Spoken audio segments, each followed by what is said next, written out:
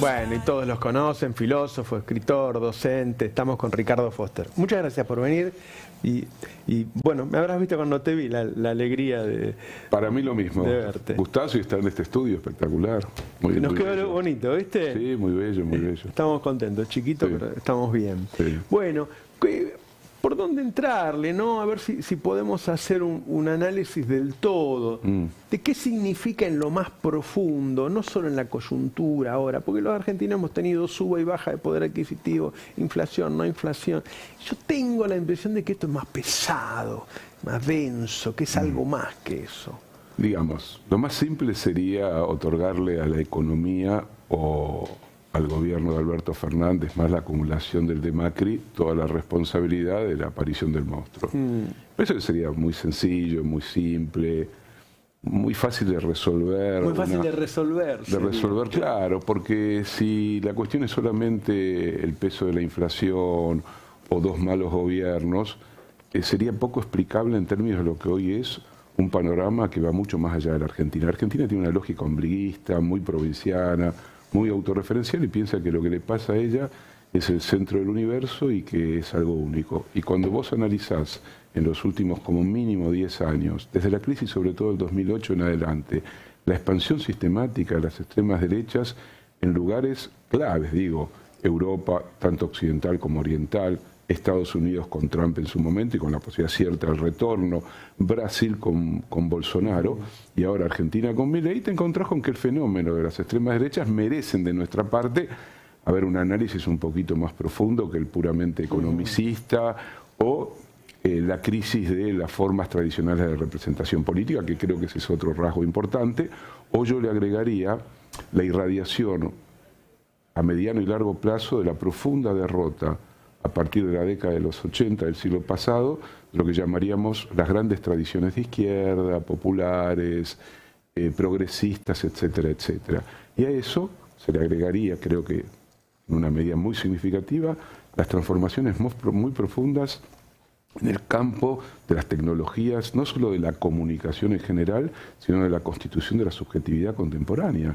Cuando pensamos el celular, ya no lo podemos pensar como un celular que sirve para comunicarnos, todo lo contrario, sirve para generar un ensimismamiento y algo más profundo, sirve para que toda nuestra trama afectivo inconsciente sea convertida en un nuevo tipo de mercancía. Y a su vez, sirve también para una lógica del narcisismo como no hemos conocido nunca en la sociedad humana. Yo puedo ser el centro del universo, puedo a través de un clic pasar a ser un personaje que tiene una connotación que nunca en su vida hubiera imaginado. Digo todo esto y claro, la gente dirá, sí, está bien, y entonces, bueno, todo esto va generando con transformaciones en el campo del trabajo muy profundas, en las relaciones que las personas se establecen en el campo de trabajo. Yo siempre di un ejemplo. ¿Llega hasta se puede incluso empezar a atisbar como un cambio antropológico? No, por supuesto. A ver, el capitalismo fue un cambio fundamental en la percepción del mundo, del ser humano, del tiempo. Cuando decimos Fordismo, Taylorismo, aceleración, el ferrocarril... Como lo fue la revolución agrícola antes. Sí, la revolución industrial cambió todo. Cambió la relación urbano-rural también, cambió la forma de alimentarse, la forma de percibir el clima, el tiempo. La industrialización del mundo y la urbanización del mundo nos transformaron en otros seres humanos. De la misma manera que la expansión de lo virtual, lo digital, las tecnologías que tienen en Internet un centro clave, han modificado las relaciones hacia adentro de uno mismo y hacia afuera, las relaciones familiares. Entonces, si el Homo sapiens es otro, la forma de hacer política debería ser otra. Sí, a ver, eso no cabe duda. Quiero decir, yo creo que hay continuidades.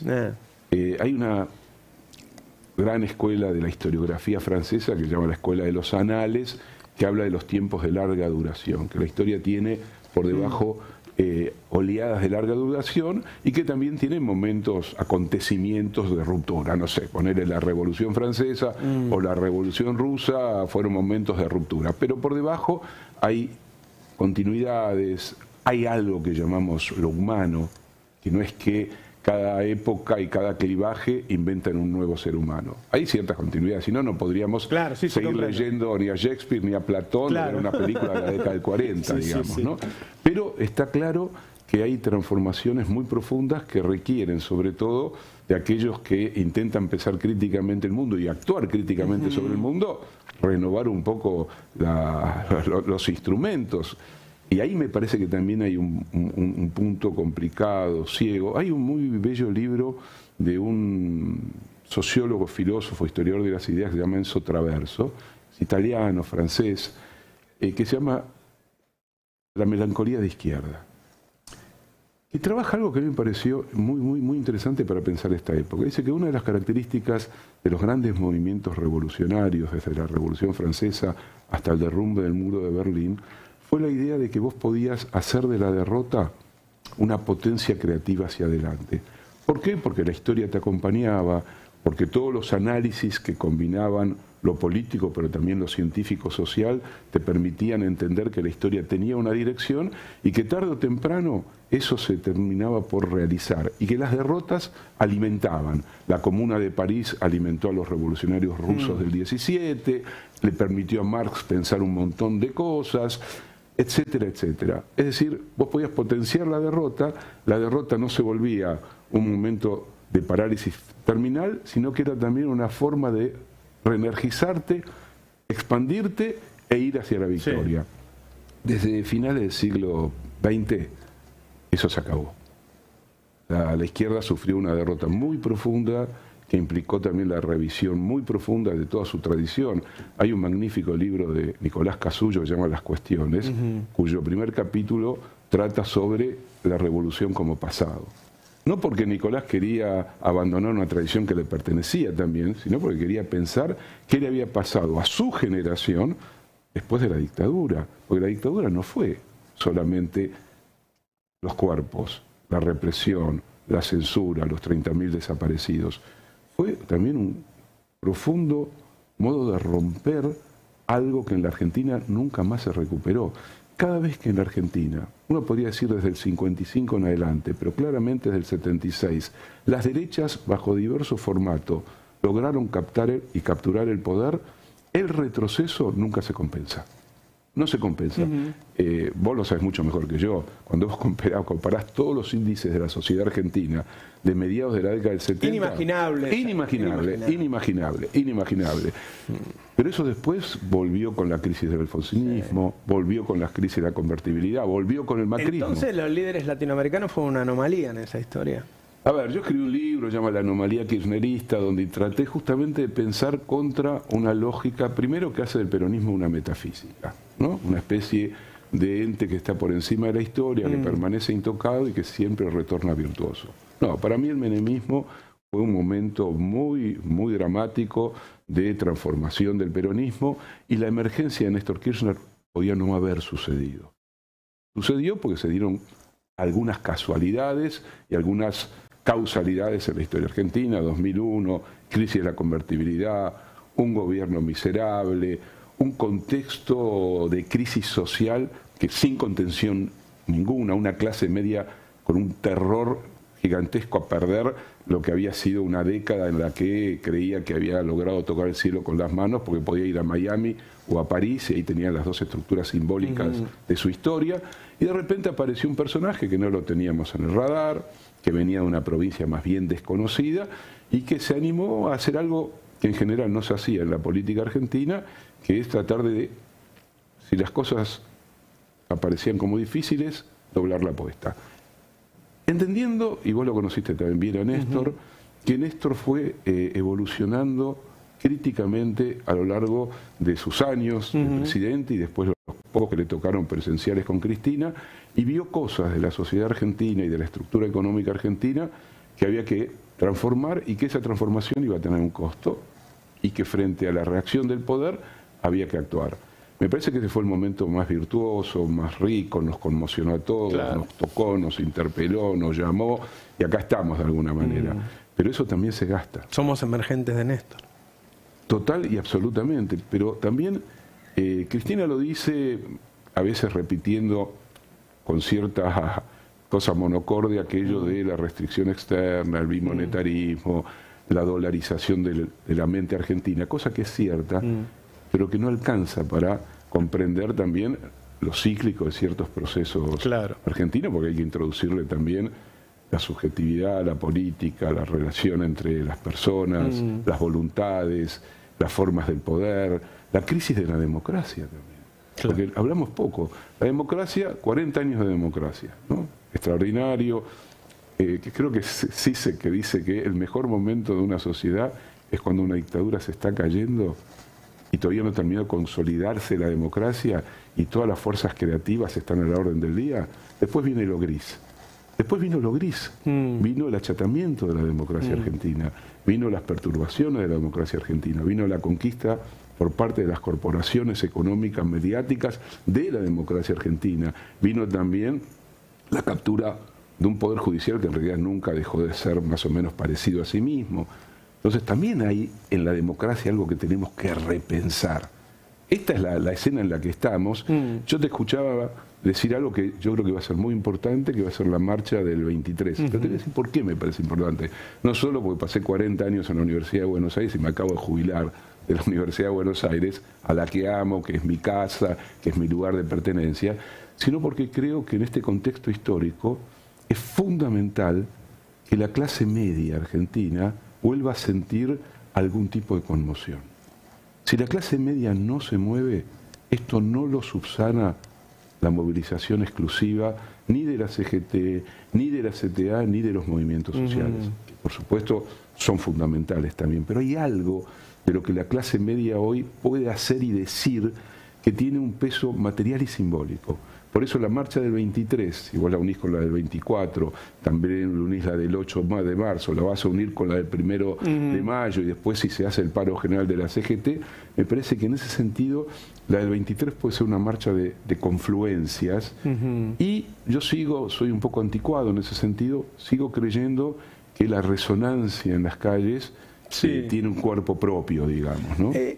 Juega también el hecho de que cuando la gente mira a Milei todos los días, a algunos le gustará más, otros menos, pero todavía no tiene nada del otro lado potente como para que diga, bueno, esto me defraudó, pero mirá lo que ahí del otro lado, toda esa, si querés, crisis del peronismo y del kirchnerismo, que tiene cierta razonabilidad porque viene de derrotas históricas, viene incluso de defraudar, hay mucha gente que quería otra cosa, las peleas internas, qué sé yo.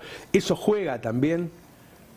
Yo creo que nadie sale intocado de una derrota electoral tan tremenda y dolorosa en sus consecuencias como fue la del año 23. Hay algo de también sentirse responsable. Claro. Digo, más allá que uno pueda agregar muchas otras cosas para que no sea simplemente la cosa simplista de echarle la culpa al otro, creo que hay una responsabilidad del kirchnerismo, del peronismo, de los movimientos populares, digo, el desarrollo, la emergencia de un fenómeno de extrema derecha con las características de Milei, juega en espejo con la sociedad y el sistema político. Digo, Milei liberó algo que en el lenguaje, en la lengua, era vergonzante y no se hacía público en una parte importante de nuestra sociedad. Claro. Antes los amigotes se reunían y podían decir cualquier cosa. Es como lo que sucedió en parte con el tema del feminismo.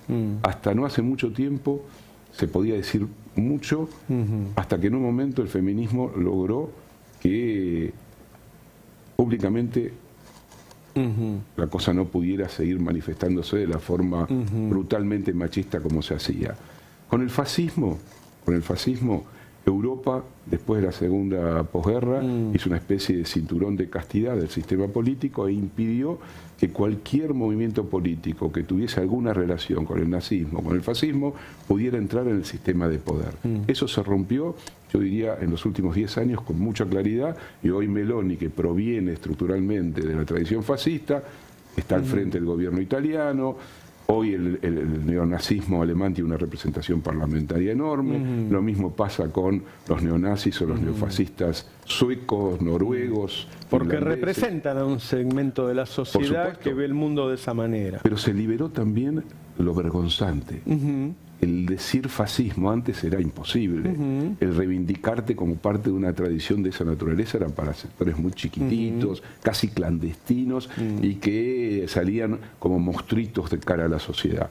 Hoy el racismo, el etnocentrismo, el rechazo brutal del otro, se vuelve conversación cotidiana.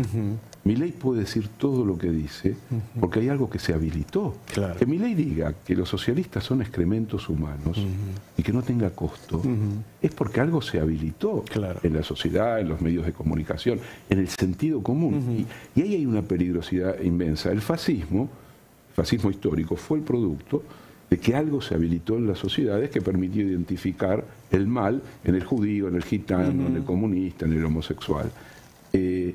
Milei tiene esa lógica. Necesita construir. De hecho, separa claramente las personas de bien de las que son infernales, malignas. Claro. Escuchaba que decían que probablemente uno de los objetivos sea la privatización del sistema universitario y demás. Sí, es probable, pero va más al fondo. Es la ruptura de ciertas formas de imaginar esta sociedad.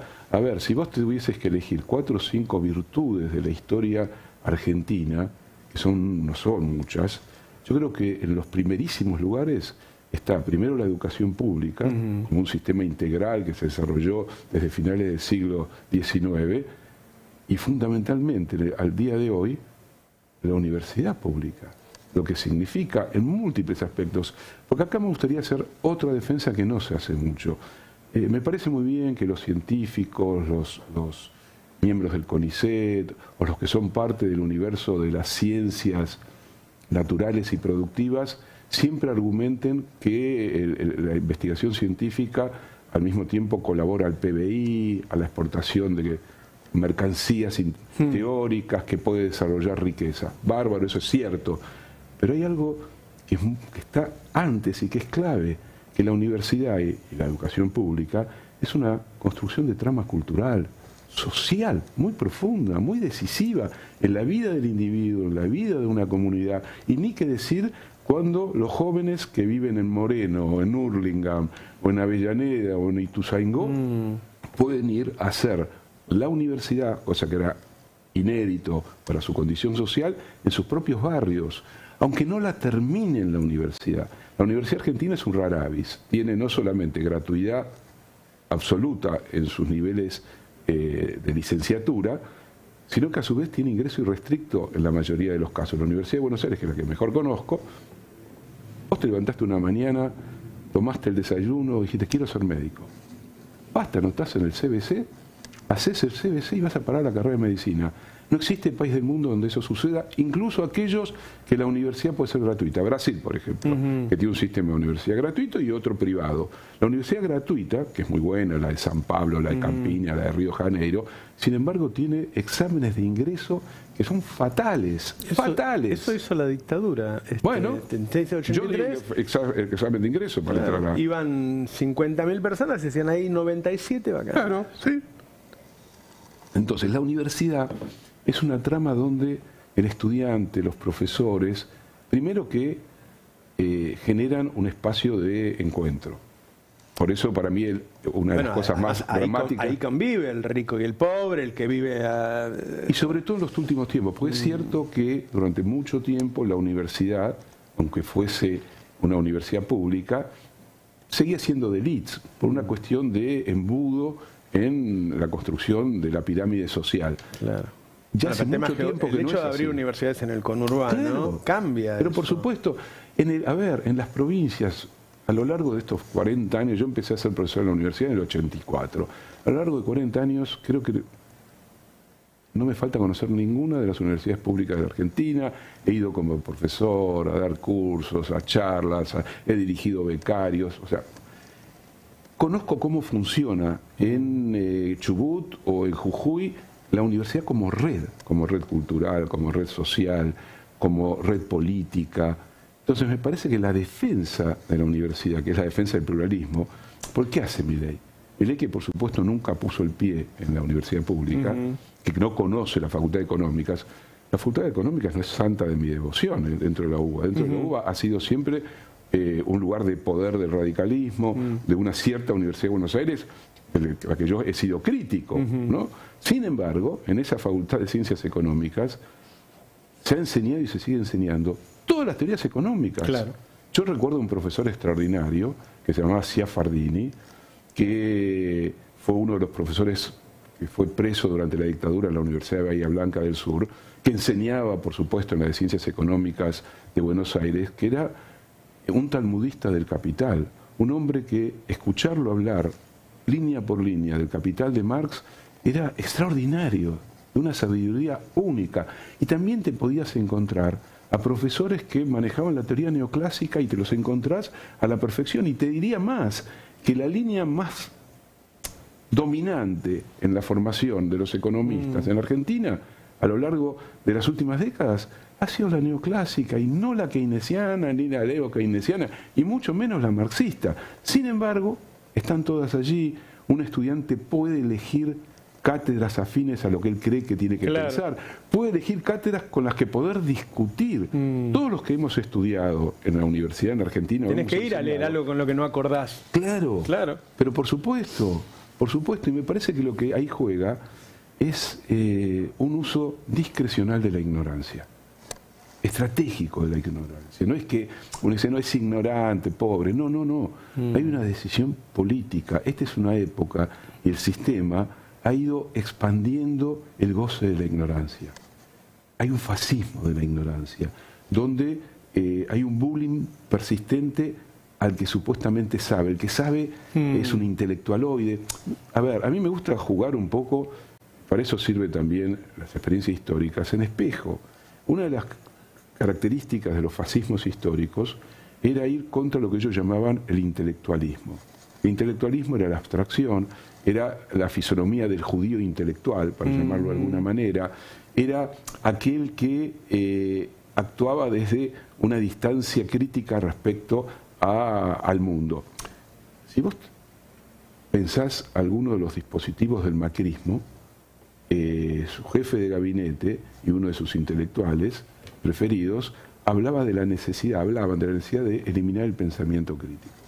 Porque el pensamiento crítico era triste, era pesimista, y se necesitaba un pensamiento alegre. El fascismo directamente lo que hacía era eliminar, por la vía de los hechos, el pensamiento crítico, el pensamiento plural, la posibilidad de pensar complejamente el mundo. Viste que muchas veces dicen, ¿por qué la derecha tiene tanta facilidad para unirse y las izquierdas, los progresistas, los nacionalpopulares viven en disidencias?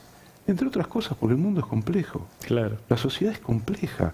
Vos no podés pensarla solamente unilinealmente. Tenés que enfrentarte a tu propio tartamudeo también. Y eso lo pones en evidencia. Y es un problema.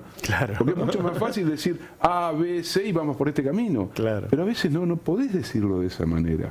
Entonces, ¿te acordás aquella frase? ¿Cuál era la jactancia de los intelectuales? De Rico, ¿no? Decía Aldo Rico, ¿no? Era como la... ¿Cómo vos cómo vas a dudar si las cosas son muy simples? Y bueno, las extremas derechas trabajan sobre lo simple. Trabajan sobre las cosas que tienen que estar claramente ya definidas. Este movimiento, recién dijimos antropológico, y uno no sabe qué viene primero y qué viene después.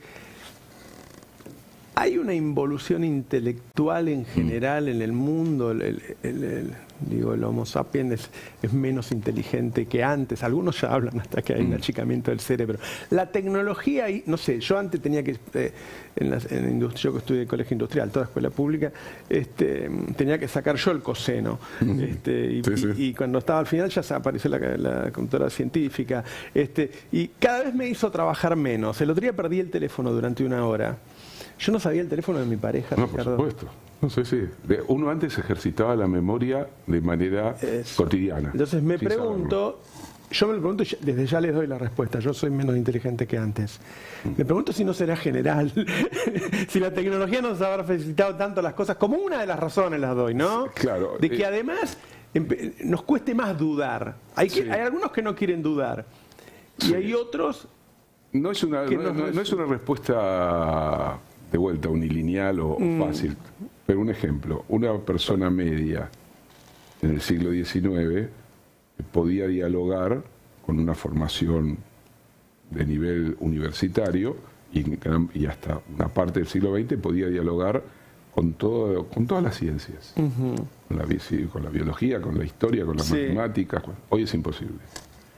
Una persona incluso culta, que se ha esforzado por estudiar, entra al campo de la física cuántica y es un analfabeto completo. Claro. Eso sí implica que el saber en general se vuelve cada vez más especializado, más restringido, y el físico cuántico, que puede ser un genio extraordinario para la física, las matemáticas, etcétera, etcétera, de repente sea un analfabeto para la observación del arte o para una reflexión política. ¿Viste cómo se descalifican los estudios sociales del CONICET? Bueno, eso es típico, porque también está la lógica de lo que sería lo utilitario. Si algo sirve, vale la pena. Si algo supuestamente es inútil, no vale la pena. Pero el gran tema me parece a mí, o uno de los grandes temas es no solo analizar la política, sino cómo somos como especie hoy para que elegir ese tipo de representación. A ver, para mí una de las características más ricas de la experiencia humana es la memoria, ¿no? Es difícil imaginar al ser humano sin memoria. Y sin embargo estamos yendo aceleradamente a un tiempo presente continuo y un individuo absolutamente incapacitado para hacer memoria. ¿Por qué? Porque vive absolutamente atravesado por memorias virtuales. Memorias que inmediatamente olvida. Probablemente en algunos sea la edad, pero cada vez más tenemos más dificultades para recordar nombres, para recordar situaciones que nos pasaron. La pandemia fue extraordinaria en ese sentido, porque todo lo que pasó antes, lo que pasó durante y lo que pasó después se mezcla en una especie de tiempo continuo, medio amorfo, y ya no sabes si fue en el 2017, 2019, 2021. Pero la memoria, por ejemplo, cuando nosotros éramos chicos en la escuela primaria y en muchos casos en la escuela secundaria, algunas cosas aprendíamos de memoria, ¿no? Teníamos que aprender poesía de memoria. La poesía de memoria es algo extraordinario, porque vos tenés en tu propia trama interior guardada poesía que hoy solo vuelve a través de la música. Lo único que mantiene todavía la memoria, porque es un reflejo ya casi condicionado, es que podés seguir rápidamente una canción y recordar la letra. Pero la memoria también conecta con otras cosas. La memoria conecta con una mirada crítica sobre el mundo, lo vuelve más rico, más complejo. El gran problema, uno de los motivos por los que decidí, no es que me jubilé antes de tiempo, pero en la UBA vos podés jubilarte, a los 65 años podés jubilarte, pero podés pedir 5 años más y te podés quedar hasta los 70. Yo decidí jubilarme un año después de la edad de jubilación, pero en parte lo hice porque sentí que algo se había roto, que había algo en el vínculo, pese a que amo la docencia, he tenido siempre una relación de ida y vuelta muy fuerte y muy rica y bella con los estudiantes. Sentí que había algo que se estaba rompiendo aceleradamente, que mis referencias, los nombres que a mí me formaron, me educaron, los libros que leí, las películas que vi, e incluso la música que escuché, ya no tenía nada que ver con los chicos que estaban estudiando conmigo. Siempre hay, por supuesto, excepciones, siempre, y las va a haber y van a ser... Ya se te hizo evidente la ruptura. Nunca como ahora percibí algo tan complejo y que tiene que ser pensado y tenemos que reflexionar y tenemos que tratar de encontrarle la vuelta, como es la apertura. Hubo un día, estaba dando un seminario para alumnos de último año de la carrera de comunicación, el quinto año, que aparte el que llegó al quinto año de comunicación ya tiene como 8 años dentro del mundo universitario. El día anterior le había muerto Gorbachov. El seminario no tenía nada que ver con Gorbachov, con los seminarios sobre estética, teorías del arte, iba por otro lado, ¿no?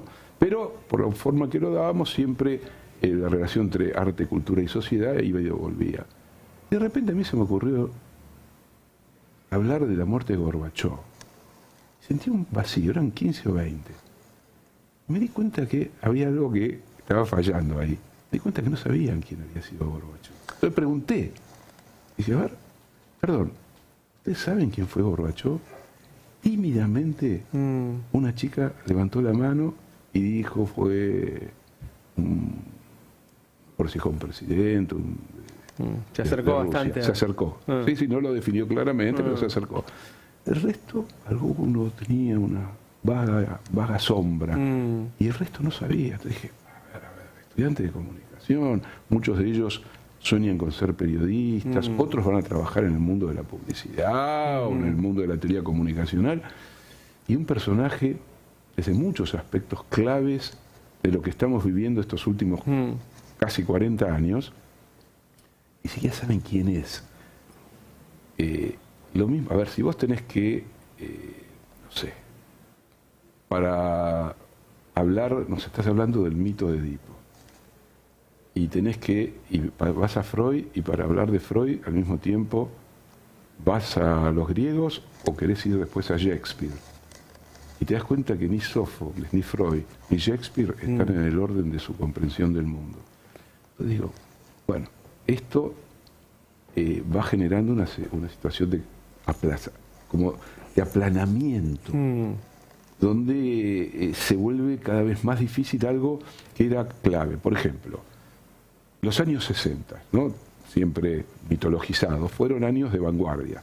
¿No? Fueron las últimas grandes vanguardias en casi todos los órdenes, ¿no? Las últimas vanguardias políticas, bueno, así fue la experiencia, las últimas neovanguardias estéticas, la irrupción del rock, el joven, la contracultura, una época extraordinaria de creación. Yo creo que gran parte de lo que vino después es el profundo revanchismo del sistema contra las energías desatadas en los años 60. Pero en los años 60, los jóvenes de los años 60 fueron capaces de establecer una relación entre su presente, que era un presente de conmoción, y los legados, las herencias. Estaban ahí, profundamente. Entonces, ahí hay para mí hay una tragedia cultural muy profunda, cuando la respuesta es no, pero fíjate las tecnologías, la revolución tecnológica, los jóvenes que tienen acceso a una información increíble, Internet hoy te permite navegar por el universo.